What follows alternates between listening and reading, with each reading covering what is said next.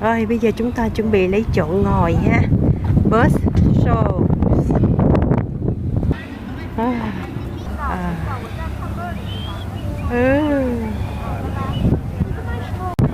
Well, hello everybody! Hello! Hi!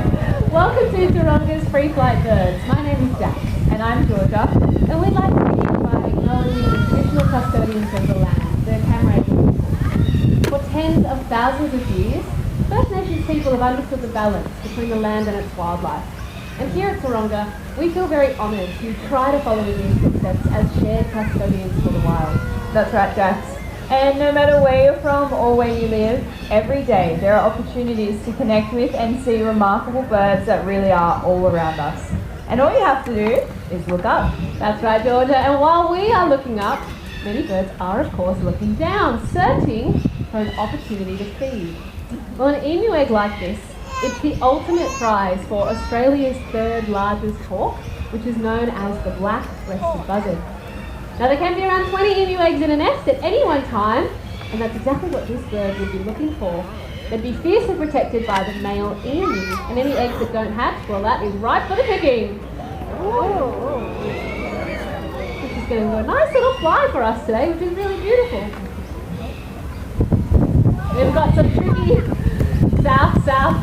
give her a hand, southwesterly winds today. What do you say, Slam? You want to try that again, or are you going to waddle your way over?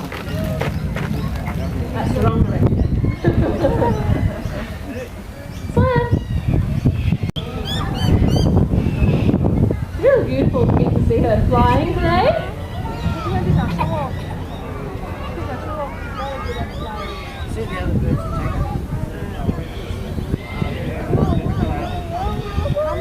What do you say, Slam? Actually, it's a great opportunity while you're looking up. Notice how she's got white windows on her wings.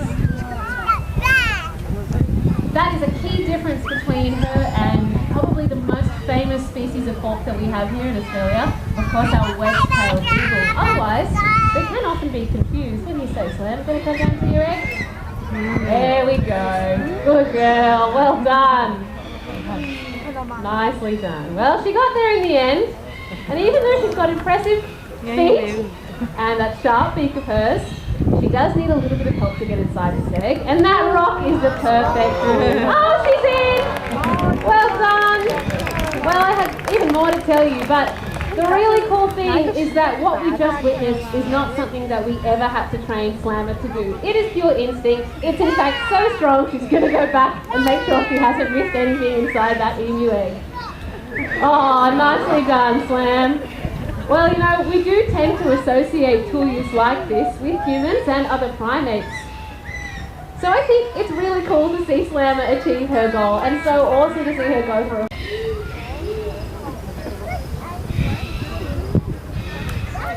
Now, the black-breasted buzzard is certainly a bird that you'll find out and about hunting during the day. But kids, as it gets darker, what sort of birds do you think start to come out? Oh, I can hear some very good guesses coming from the audience. You're right, it's definitely our owls. Now, we have two groups of owls here in Australia. We've got our masked owls, which are kind of like the ones from Harry Potter. And of course, our hawk owls, just like this one here.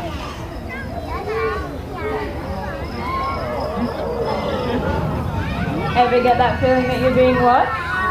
Owls are everywhere. You might not always see them in your backyards, but they can see you. Whether that's out in the country or even right here in the city.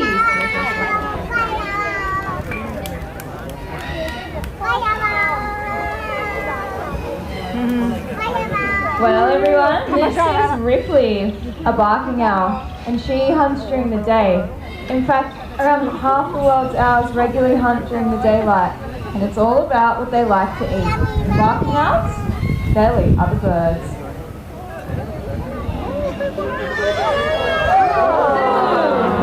And using her powerful feet, Ripley can take down prey that is even larger than herself. I think it's pretty impressive hunting.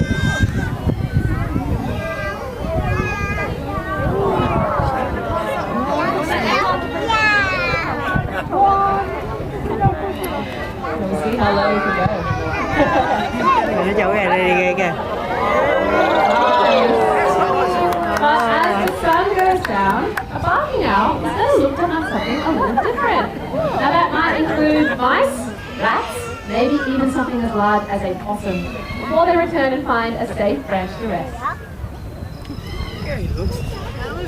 Oh, in front of mom.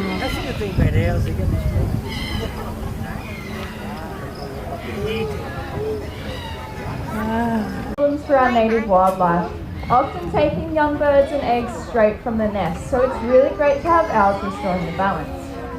And I will let you in on a bit of a secret that we have here at the zoo. We used to have quite a bad rat problem. They'd be running around all over the place. But fortunately, I can honestly say that since our owls moved in, that problem, it's now behind us. That's right, you guys. I'm so glad you're all as enthusiastic about that as what we are. We're so happy that we don't have that rat problem anymore. Those owls do such a great job. Did you know that out in the wild, a single owl out there could be eating around 1,000 mice and rats in about a year? A pair that's raising chicks? Well, they could be eating around 3,000 more. So they're definitely one of the most beneficial neighbours that you could ask for. Couldn't agree more. Thanks, George. I was just making sure that that rat problem was well and truly in the past, and I'm happy to say that it is. I really love having those owls around to restore the balance. Now, as it gets darker, it gets harder and harder to see. And while owls have superb vision, it's their prey that's simply not always visible. So, keen hearing and nearly silent flight are just two of the many adaptations that our owls use to help them catch their prey. I'm hoping if we're all quiet, we might get to experience that for ourselves.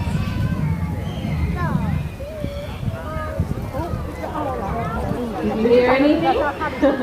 Well, everybody, this is Ray. And as a barn owl, he's one of the most common species of owls that we found close to people all around the world. So no matter where you are, take the time to look up. You might see a barn owl like Ray's flying past.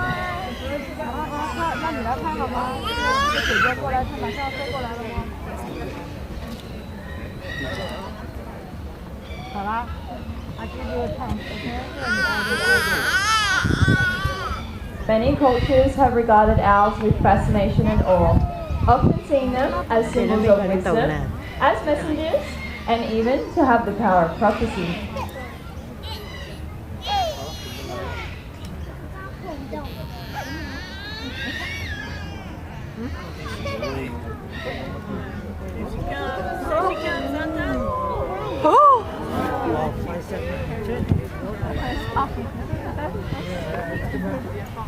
Owls have also been feared, believed to have been ghosts, and in some cultures they're considered to be bad omens.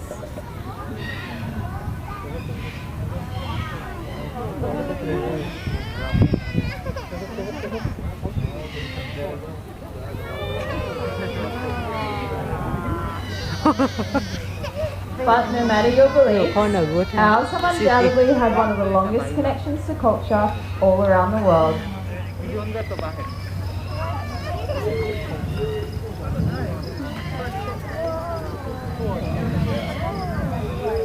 Thanks, Georgia, and thanks, Jane. Well, we are so lucky to have 8 species of owl right here in Australia, but that is in fact a small portion of the over 800 different species of bird that call this country home. Now, around 50 of them, they happen to be, of course, our parrots, which means that for most Australians, all we have to do is take a step outside into our own backyards to really experience the beauty of these birds, which is all around us.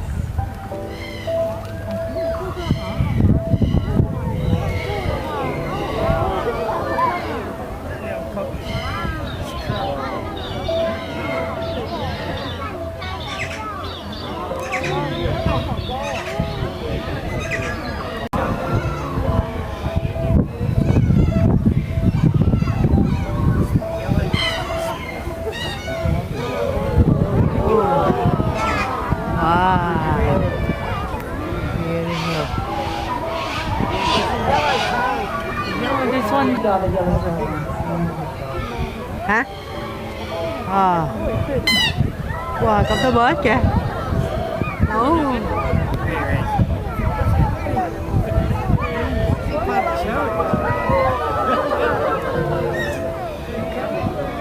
Đấy kìa. As we expand our towns and our cities, we're making many changes to the landscape, and not all birds can adapt to those impacts. Kìa.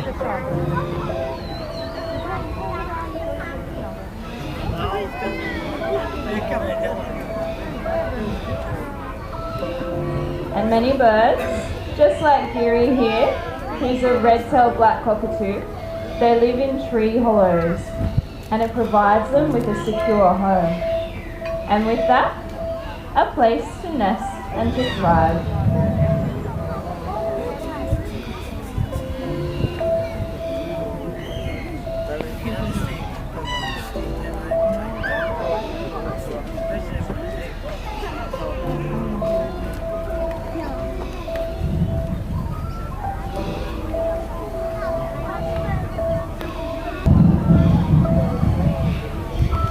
Now you might not have an old hollow log or tree in your backyard, and they can take 150 years to form.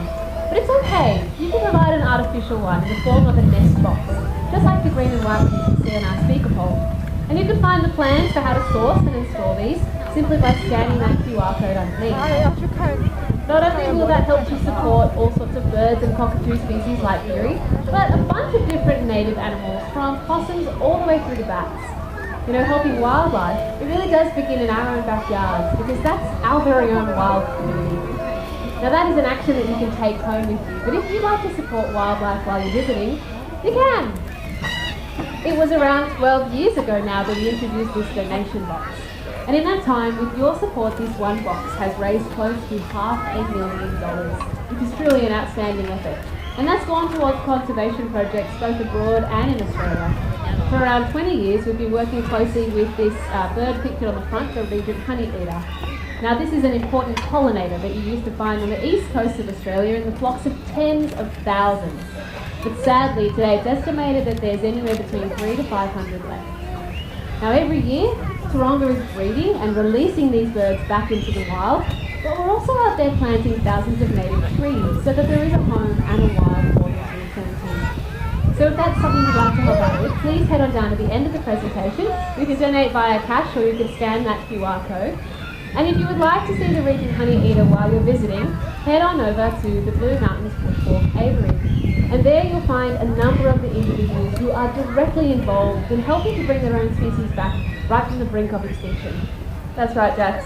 And because it truly is with all your support that we see a bright future, where the skies and your backyards are filled with birds. And it all starts by simply looking up. Well, thank you so much for joining us here at Free Flight Birds this afternoon. We hope you enjoy the rest of your day at Taronga Zoo, and we can't wait to see you next time.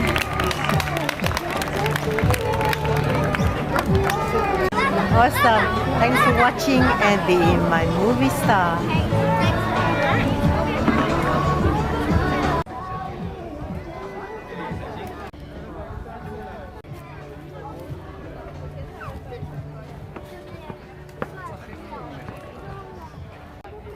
Hmm?